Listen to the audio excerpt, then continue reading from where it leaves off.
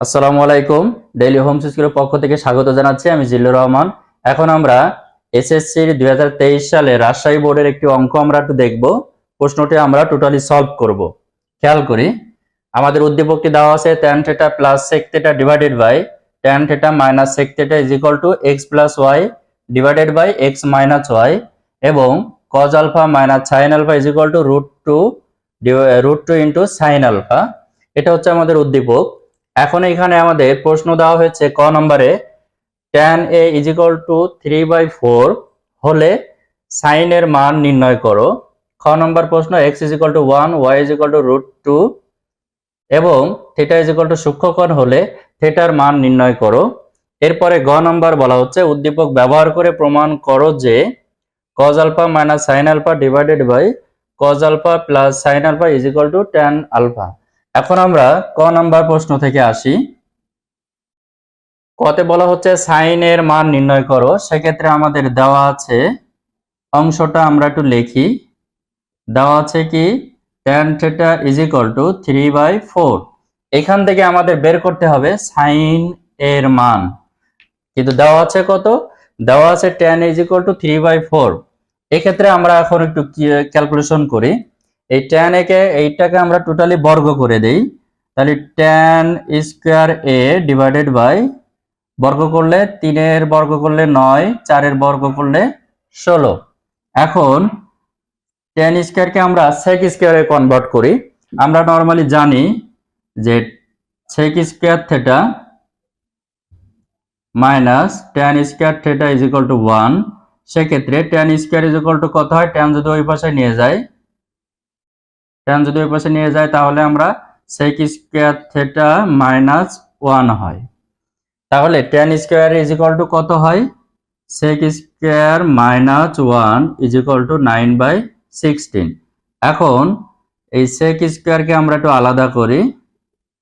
তাহলে 9 প্লাস 1 করি, 1 করলে এখানে 16, আর লসাগু গসাগু যদি আমরা করি, যোগ বিয়োগ করলে তাহলে 16, তাহলে এখানে আমরা আসবে হচ্ছে 25/16।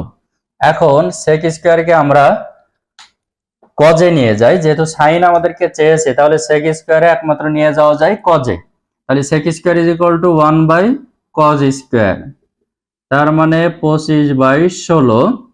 এখন এটাকে আমরা একটু উল্টাই, cos square a is equal two 16/25। এখন আমাদের বের করতে হবে সাইনের মান। তাহলে cos স্কয়ারকে আমরা ভেঙে দিই 1 মাইনাস sin স্কয়ার a, তাহলে 16/25। এখন আমরা একটু ক্যালকুলেশন করি। সাইন যদি আমরা রাখি তাহলে 25, আমরা এই পাশে একটু সাইনকে নিয়ে গেলাম। এখন আমরা যদি ক্যালকুলেশন করি তাহলে 25 minus 16 divided by 25 is equal to sine square a হয়। এখন এটা ক্যালকুলেশন করলে আমরা যেটা পাই যে sign square a is equal two 9/25। এখন আমরা যদি এখানে ক্যালকুলেশনটা করি, এই বর্গ উঠাই দিয়ে রুট ওভার করলাম, তার মানে শুধু sine a is equal to 3/5 লেখা যায়। তাহলে sine a is equal to 3/5। এটাই হচ্ছে আমাদের 1 নম্বরের উত্তর। তাহলে ক নম্বর আমাদের হয়ে গেল। এখন এই অঙ্ক থেকে আমরা যেটা দেখব, যে অঙ্ক থেকে আমাদের খ নম্বরে থিটার মানটা বের করতে বলা হয়েছে। সেক্ষেত্রে খ নম্বরে দেওয়া আছে x is equal to 1, y is equal to √2 আর থিটা ইজ ইকুয়াল টু সূক্ষ্মকোণ। তাহলে থিটার মান কত? এখন এখানে বলা হয়েছে যেহেতু x এবং y এর মান দিয়ে দিয়েছে, তাহলে আমরা উদ্দীপকে এই অংশটাকে আমরা এবার একটু কাজে লাগাবো। এই অংশটা খ নম্বর করার জন্য আমরা কাজে লাগাবো। সেক্ষেত্রে x এর মান বসাবো এবং y এর মান বসাবো, এখান থেকে আমরা থিটার মানটা বের করব। তাহলে এখন আমরা দেওয়া আছে অংশটা আমরা লিখলাম। সেক্ষেত্রে এবার আমরা একটু আসি, x এবং y এর মান আমরা বসাবো। Theta plus sec theta divided by tan theta minus sec theta. x এবং y এর মান বসাবো। x এর মান 1 আর y এর মান হচ্ছে √2। মানগুলো বসিয়ে পাই, x এবং y এর মান বসিয়ে পাই। এখন এই অঙ্কটা আমরা একটু ক্যালকুলেশন করার জন্য আমরা এইটা যদি যোজন বিয়োজন করে দিই, যেহেতু আমাদের থিটার মান বের করতে হবে, সেক্ষেত্রে ট্যান এবং সেক এইগুলোকে আমরা আরো অনেক ছোট ফরম্যাটে নিয়ে আসব। সেক্ষেত্রে আমরা একটু যোজন বিয়োজন করব। যোজন বিয়োজন করলে আমরা কি পাই আমরা একটু খেয়াল করি।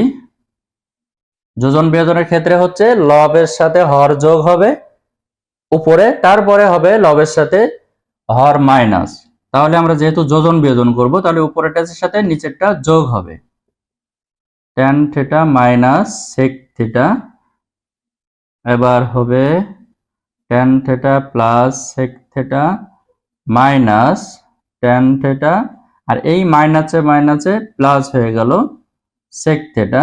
এখানে একইভাবে আমরা যোজন বিয়োজন যখন করব, 1 প্লাস উপরেরটার সাথে নিচেরটা যোগ, উপরেরটার সাথে নিচেরটা যোগ, আর বিয়োজনের ক্ষেত্রে উপরেরটার সাথে নিচেরটা বিয়োগ হবে √2।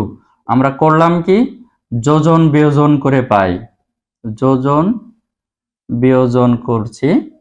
সেক্ষেত্রে এখন কিছু কাটাকাটি যায় কিনা আমরা একটু খেয়াল করি। সেক থিটা কেটে গেল, এখানে সবকিছু কিছু কিছু অংশ কেটে যাবে, যেমন সেক আর সেক কেটে গেল, তারপরে ট্যান এবং ট্যান কেটে যায়, তার মানে 2 ট্যান থিটা থাকে, নিচেই হচ্ছে সেক আর সেক আছে, তাহলে 2টা সেক থিটা আছে। এখান থেকে কিছু কাটে কিনা আমরা দেখি, √2 কেটে গেল, তাহলে উপরে শুধু 1 প্লাস 1 আছে, নিচেই 1 এবং 1 কেটে যায়, তাহলে শুধু √2 আছে।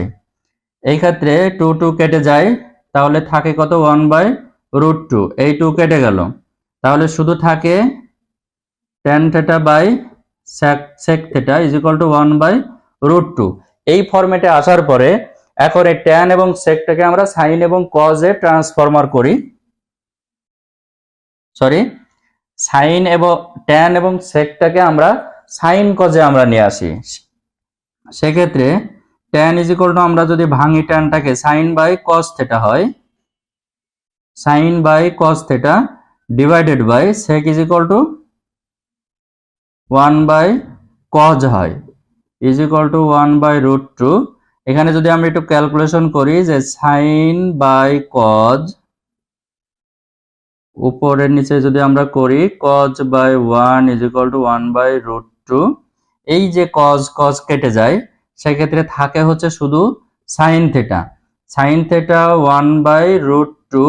আমরা জানি এটা যদিও আমাদের থিটার মান বের করতে বলা হয়েছে অঙ্কে, থিটা ইজ ইকুয়াল টু কত, তাহলে আমরা এখন যে বিষয়টা একটু দেখব সেটা হচ্ছে থিটার মান পাওয়া যায় কিনা। যে sine theta is equal to 1/√2, তাহলে এখন সাইন 45 ডিগ্রির মান হচ্ছে 1/√2, সেক্ষেত্রে theta is equal two 45 degree পাওয়া যায়। এটা হচ্ছে আমাদের খ নম্বর উত্তর, যে theta is equal two 45 degree. এই যে theta is equal two 45 degree, তাহলে আমরা খুব সহজেই খ নম্বর প্রশ্নটা উত্তর আমরা পেলাম। এরপরে আমরা গ নম্বর অঙ্কটা আমরা একটু দেখব। এখন এইখানে গ নম্বর অংশটা করার জন্য, গ নম্বর প্রশ্নটা করার জন্য উদ্দীপকের এই অংশটা আমরা একটু কাজে লাগাবো। এখন গ নম্বরে বলা হচ্ছে, উদ্দীপক ব্যবহার করে cos alpha minus sine alpha divided by cos alpha plus sine alpha is equal to tan alpha প্রমাণ করতে হবে। সেক্ষেত্রে আমরা এই অংশটা দেওয়া আছে, আমরা একটু উঠাই, যে দেওয়া আছে cos alpha minus sine alpha equal to √2 sine alpha.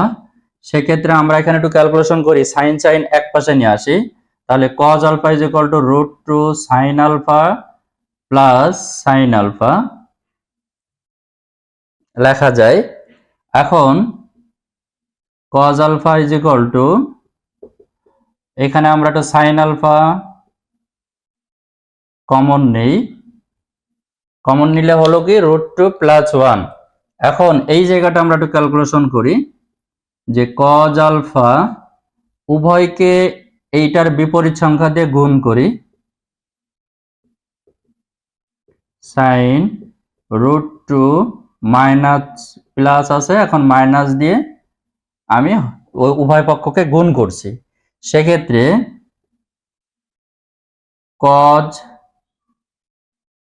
√2 cos alpha minus cos alpha, আর এইখানে যদি আমি ক্যালকুলেশন করি, এটার স্কোয়ার হয়ে যায়, অর্থাৎ √2 যদি স্কোয়ার হয় -1 হয়, তাহলে সেক্ষেত্রে আমরা এটাকে লিখতে পারি 2 - 1, অর্থাৎ